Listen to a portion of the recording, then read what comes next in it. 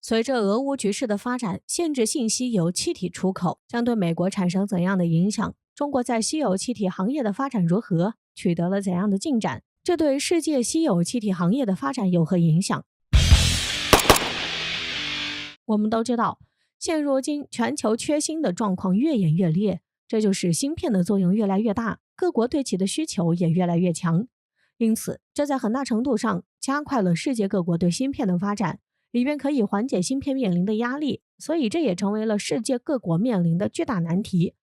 然而，关于芯片的发展所存在的问题不仅如此。据悉，随着俄乌战争发展竟然白热化，加上美国不断对俄罗斯进行制裁，实行芯片禁令，这就使俄罗斯为了实现反制，近日俄罗斯正式表态，将在年底前限制氖气、氪气、氙气等稀有气体的出口。然而，这并不意味着俄罗斯完全不对外出口，而是想出口这些气体就需要有政府的许可。俄罗斯为何这么干？据分析人士指出，这当然是俄罗斯对美国芯片禁令的反制。因为氖气、氪气、氙气等稀有气体是芯片制造中必不可少的原料之一。值得一提的是，美国是当今的芯片大国，拿下全球50%左右的芯片市场。因此，俄罗斯实行对这些气体的限制出口，其中受到最大影响的就是美国。这将对美国芯片行业产生巨大的影响。要知道，目前全球半导体产业所使用的稀有气体中，俄罗斯供应的比例达到了30%左右。此外，乌克兰更是稀有气体供应大国。乌克兰供应了全球70%的氖气、40%的氪气以及30%的氙气，在稀有气体上具有绝对的优势。然而，现如今随着俄乌关系的紧张，乌克兰稀有气体的供应能力和产能迅速下降，这就导致稀有气体的价格一路飙升。其中，据相关资料显示，氖气在战争之前的价格还只是1500元每立方米，但是现如今却已经飙涨到1.8万元每立方米，涨幅超过了10倍。此外，氪气、氙气相比战争之前也上涨了2到3倍之多，这可以说是相当的惊人。因此，这就极大影响全球范围内稀有气体的供应，极大影响了全球芯片行业的发展。不过，对于全球稀有气体价格一路飙升，这对于中国来说却是不错的机遇。这将在很大程度上加快中国稀有气体行业的发展。那么中国为何可以从中获利呢？接下来我们一起来看看。据悉，虽然在此前过去中国的提纯技术不高，这就使中国不得不每年都向乌克兰进口大量的稀有气体用于国内的芯片制造业。但是随着中国在半导体气体上的飞速发展，这就使中国完全摆脱了进口稀有气体，从而实现了可以独立自主生产稀有气体，并且逐渐打破高纯6氟乙烷、高纯3氟甲烷、高纯8氟丙烷等产品进口制约，甚至还通过了 ASML 和日本光刻机激光光源供应商的认证。因此，从这里我们可以看出，现如今中国在稀有气体的发展上可以说取得了极大的成就。这也将加快中国稀有气体走向世界的步伐，并且可以去占据更多的世界市场份额，以此可以在芯片的发展上占据着巨大的优势。值得一提的是，在2021年，中国的工业气体市场将近2000亿元，而且每年都保持在11%的增长。此外，近年来，航氧股份、气体动力和峡谷动力的市场规模高速增长，逐渐形成了国产替代趋势。而在电子特气方面，南大光电、金鸿气体等企业部分产品的纯度以及品质都达到了国际先进水平。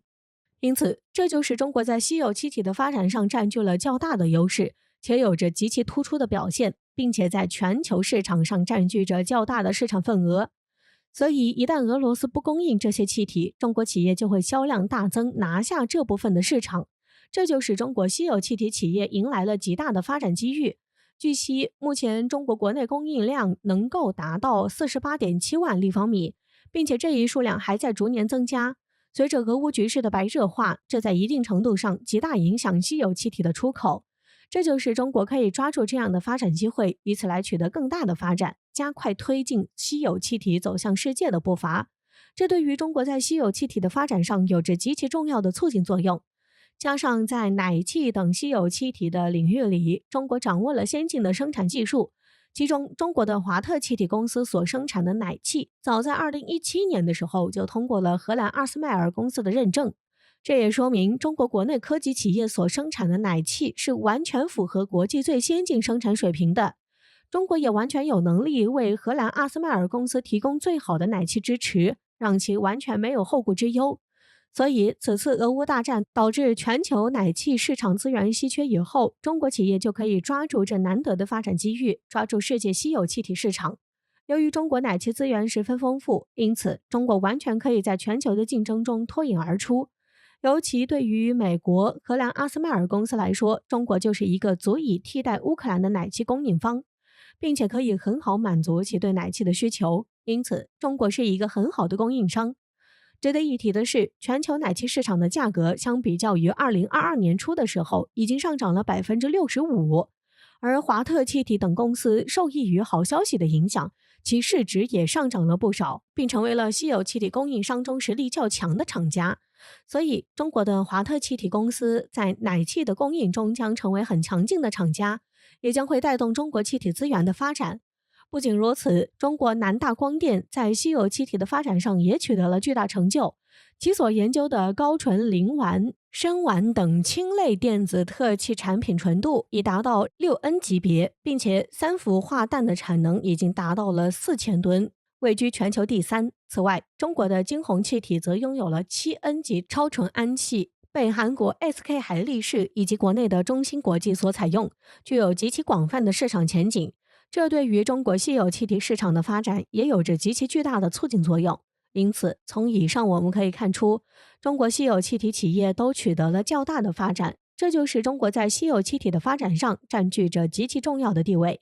这也将在很大程度上加快中国稀有气体行业的发展。